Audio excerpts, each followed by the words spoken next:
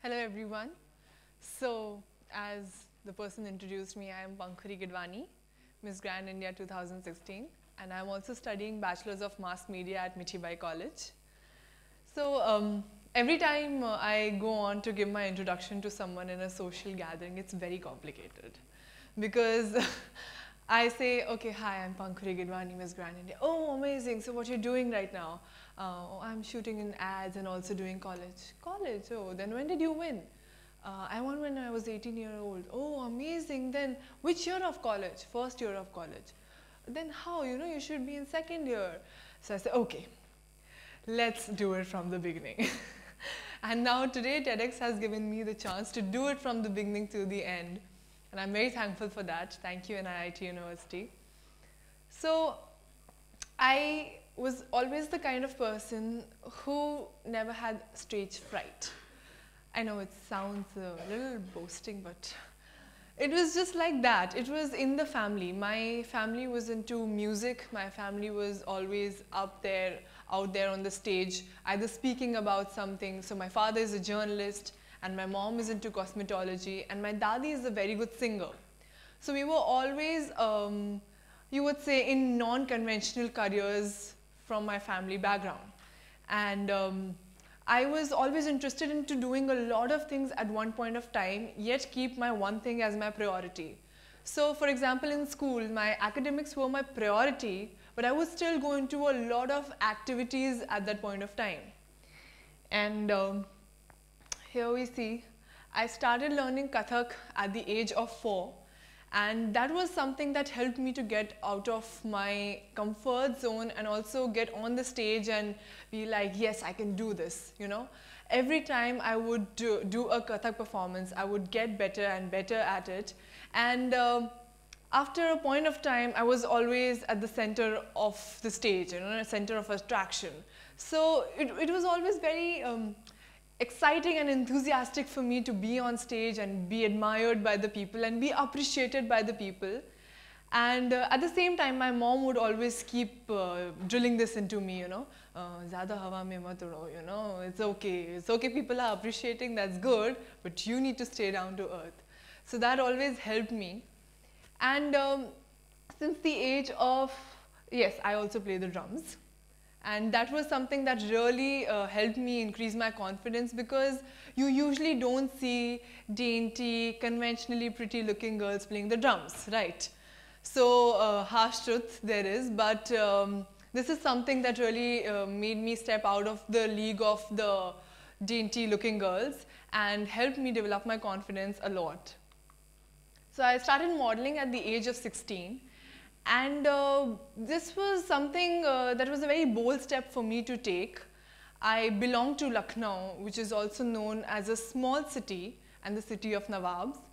And it was a stereotype that was there that small city girls do not take part in glamorous activities. I think a lot of you might have faced it. When you take part in fashion events, or when you feel, I want to do this photo shoot, and then this tag comes, oh no, you're a small city girl, why do you want to get into this glamour world? And I really wanted to break the stereotype and wanted to encourage other girls also to follow what they liked and not go by what traditionally they should do. So I started modeling at 16, and my parents were in full support of whatever I wanted to do. So there I have been very, very lucky when it comes to family support. So when I turned 18, I went to participate in this competition called Campus Princess. And to be very honest, I was only giving it a shot. Like, I didn't have this in mind, okay, I'm going to become Miss India, or I'm going to become the next Bollywood star. I just wanted to try something new and be adventurous in life, which I think all of us should have in us. Because if we just go by the traditional people and by what you should traditionally do and what should happen in your life, you should first do your schooling, then do your higher education, and then get into a job, have a family, and that's about it. No, I wanted to break that. I wanted to try new things and see what I was good at, and hence the drums, and hence the modeling, and hence the Campus Princess. When I won Campus Princess, I was like, okay, now this is something I'm good at. This is something I enjoy doing. And when I was asked the questions by the mentors over there, by the previous Miss India, I was thoroughly enjoying the entire experience because I was getting attention, I was getting admiration. At the same point of time, I was able to express my views, which I did since I was a small kid. And hence, I won this, and I was told that now you need to prepare for Miss India, which was I needed to prepare with the beauty, with the purpose. I needed to tone my body. As you can see, this is different and this is different. And I also needed to be very intellectually smart because at the age of 18, you're naive. You don't know what you're speaking, where you're speaking, and how you're speaking. So all of this had to come, and this was on November 21st, and as you all know, our boards happen in late February, March. So it was all that preparation along with my examination preparation that I had to do. And then the Miss India pageant began. Before that, there's a backstory to this. I had to win the Campus Princess pageant to get the direct entry into the 21 finalists of Miss India. And so I gave 2 of my boards in February, and then there was a 20-day gap to my next exam. And this Campus Princess was happening during that time. So I thought, let's give it a try. Again, this was again a try and something adventurous that I was trying to do. There was nothing concrete. So if I would win, well, I would go forth with the pageant. If I would lose, I can come back and study. So there was nothing to lose, basically. So I went forth to do this pageant, and I won Campus Princess and got a direct entry into the 21 finalists of Miss India. So when that happened, you know, there are some times when you feel that the destiny is opening doors for you for something that you so want to do and you're so determined to do. That was what exactly was happening with me, and I learned that we have to face challenges bang on when they come in front of you. Challenges will always come unexpectedly. You can't be thinking that bata ke aayega ki acha main 2 mahine baad aane wala hu. That's not going to happen. You're going to get challenges like this, and you have to face them, and you have to make a choice for good or for bad. So the pageant started, and there were a lot of rounds. There was a fashion round, there was a national costume round, there were a lot of sponsor visits that we did. And for an 18-year-old who's not even cleared school, it's pretty exciting. It's an entry into the glamour world. All the people are around you. There's paparazzi buzzing around you. You have to keep speaking on the social media. And it was all good fun. But with that, there are people who will try to pull you down. There are people who will share everything with you, and there are girls who don't want to share their makeup with you because they don't want you to be looking beautiful, right? So there was a lot of competition among the girls, as well as if you go to make friends, there were wonderful friends. So you had to choose between what you wanted to do and who you wanted to be. And yes, being beautiful is, of course, one of the criteria for being a Miss India, but being beautiful at heart is the biggest criteria, I tell you today. So we had a bikini shoot also in Miss India, and as you know, it's such a, I don't know, it's such a stereotype thing that, you know, girl doing bikini shoot, oh my God, characterless. That's what we hear from a lot of people.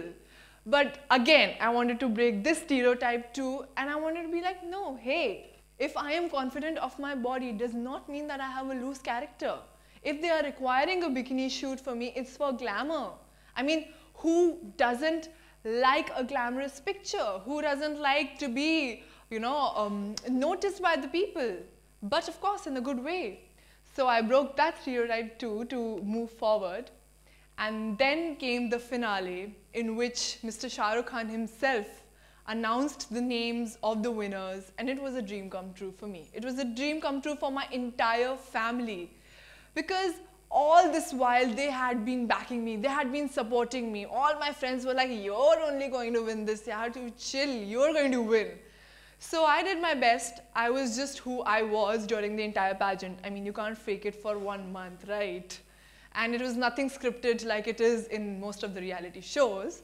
So it was just the real you coming out, and that's when I won Miss India in 2016, April. I still remember that day when I went home and I was just thinking, oh my God, what's next? So this was next. I was chosen for Miss Grand International, which is one of the top 5 international pageants that you have. And it was a great challenge. To begin with, most of the contestants who come for Miss Grand International are already a part of some other pageant, so they've already experienced a lot of pageants. And I was one of the youngest people. In fact, after Priyanka Chopra, I was the second person who went for an international pageant at the age of 18. And it was, thank you. And it was such a big challenge for me, but then, hey, again, I had learned to face and take challenges as they came. So I said, okay, let's do this. So this is a picture from one of my training sessions. Then there was a ramp walk session which would go on to 2 to 3 hours, and when you're walking in those 7 inches heels, and it's very tiring. And apart from that, yes, you have to follow a good diet. It's not to make you anorexic, it's just to keep you in good health. And then you go for your diction sessions, your hair session, your makeup session. And with all of that, the biggest pressure was to always look beautiful, always behave perfect. And it's so difficult to do that, right? I mean, when you get up in the morning and you go to the gym, you don't want to look like a superstar, but you have to. There is no choice. People are looking up to you. You can't be acting like a normal 18-year-old. You hold a certain title and a certain responsibility to it. But the sad part was that I got diagnosed with jaundice right 1 week before my pageant. And somehow, with the help of my mother, with the help of my organization who trained me so well, I got over it enough to at least go and attend my pageant and give my best at it. I was not totally well when I was in Las Vegas, USA, when I was representing India. It was my first international trip. But you can't let people down who've been backing you up all the time. So here I was at the Miss Grand International. I met delegates from all over the world. You can see there's Miss China, Miss Iraq, Miss Egypt. And this was one of my favorite pictures at the Las Vegas, Nevada sign. And even there you have all these rounds where you have sponsor visits and you have your dance practices, and something or the other is happening. You're having visits to different places in Las Vegas which you need to promote as the ambassador of the pageant. And if you can promote that, then of course you can promote their motto, which was to stop the war.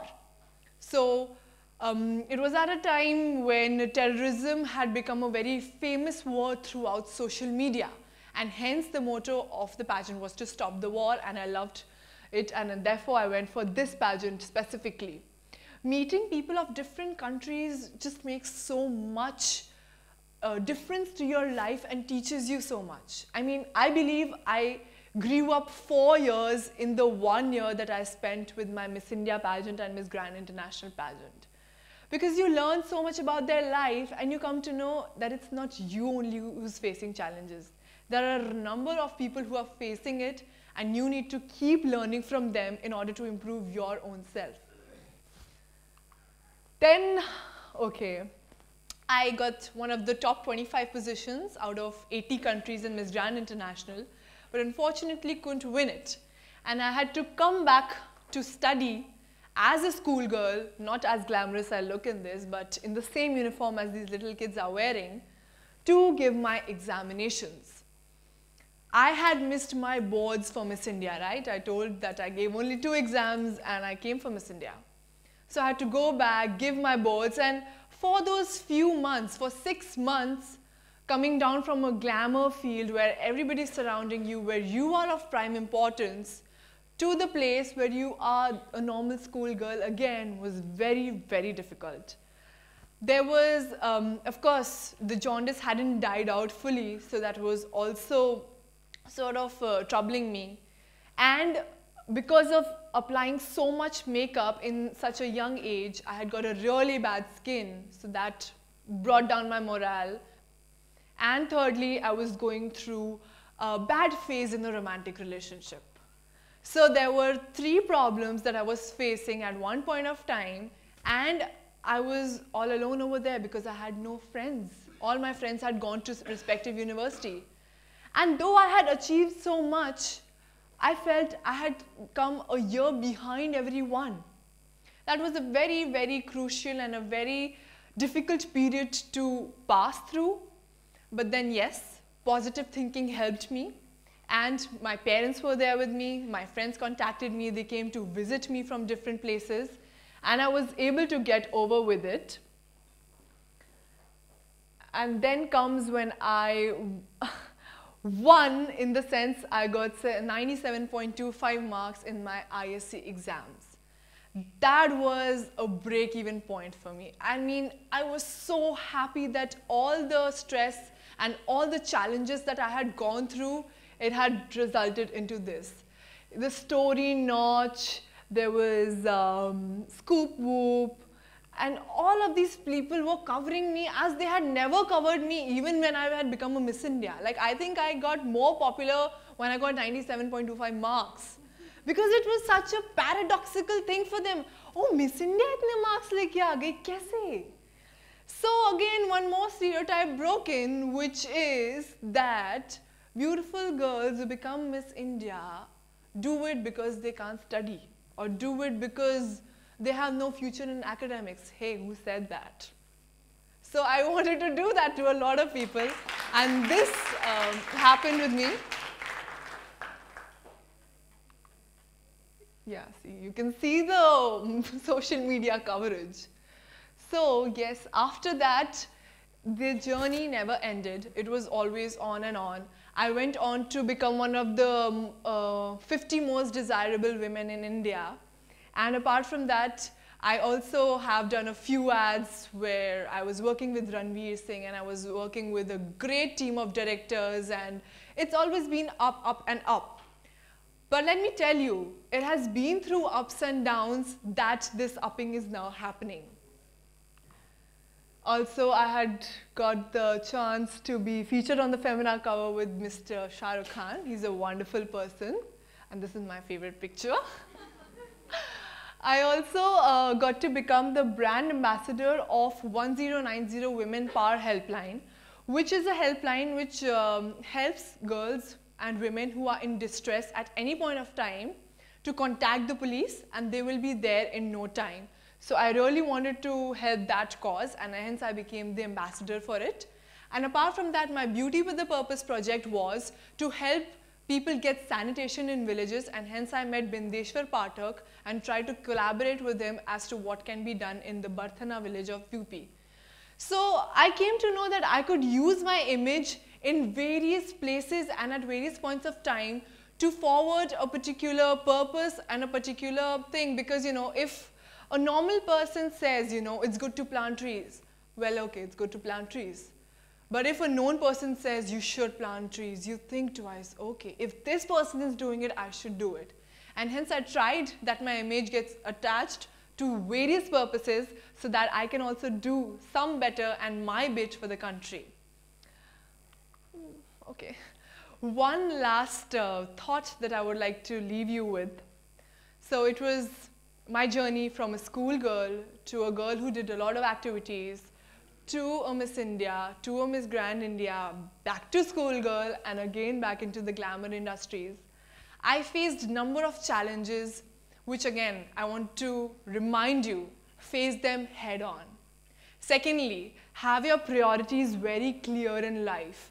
Know what you're doing. For example, if I'm concentrating on my boards, it's my boards. If I'm concentrating on Miss Grand International, it's my Grand International. You can't focus on 10 things at one point of time. And thirdly, do not have energy vampires around you.